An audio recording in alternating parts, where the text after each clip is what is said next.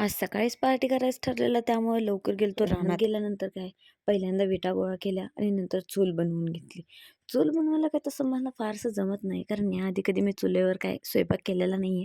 पण काय प्रत्येक गोष्ट पहिल्यांदाच करायची असते त्यामुळं मी चूल मांडली. चूल मांडून झाली. आता जळण पण गोळा करायला पाहिजे त्यामुळे पहिल्यांदा जळण गोळा करून घेतलं आणि नंतर मग अशी कागदं गोळा केली इकडं-तिकडं पडलेली आणली सगळी. तोपर्यंत पप्पाने गावातून जाऊन सगळे मसाले वगैरे आणलेच होते. भात करायला तांदूळ आणलेला होता, सगळ्या ग्रेव्हीज आणलेल्या होत्या, लसूण पेस्ट आणलेली होती आणि बाकी सगळं काय मम्मीनं घरूनच बांधून घेतलेलंच होतं. त्यामुळं फटाफट लागलो कामाला. कधी चुलीवर स्वयंपाक न केल्यामुळं मला माहीतच नव्हतं चूल कशी पेटवायची असते. त्यामुळं पप्पांकडून घेतली चूल पेटवून. मग पटकन भात शिजायला घातला.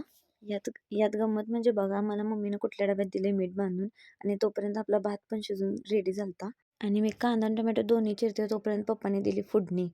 फोडणी दिल्यानंतर काय आपलं काम फक्त एवढंच की आपण हलवत राहायचं. बाकी सगळं सामग्री पप्पानी व्यवस्थित त्यात टाकली बरोबर मेजरमेंटनी. नंतर त्यात पप्पानी मटण टाकल्यावर मी माझं हलवायचं काम केलं आणि हलवून झाल्यानंतर आम्ही ते शिजायला ठेवलं.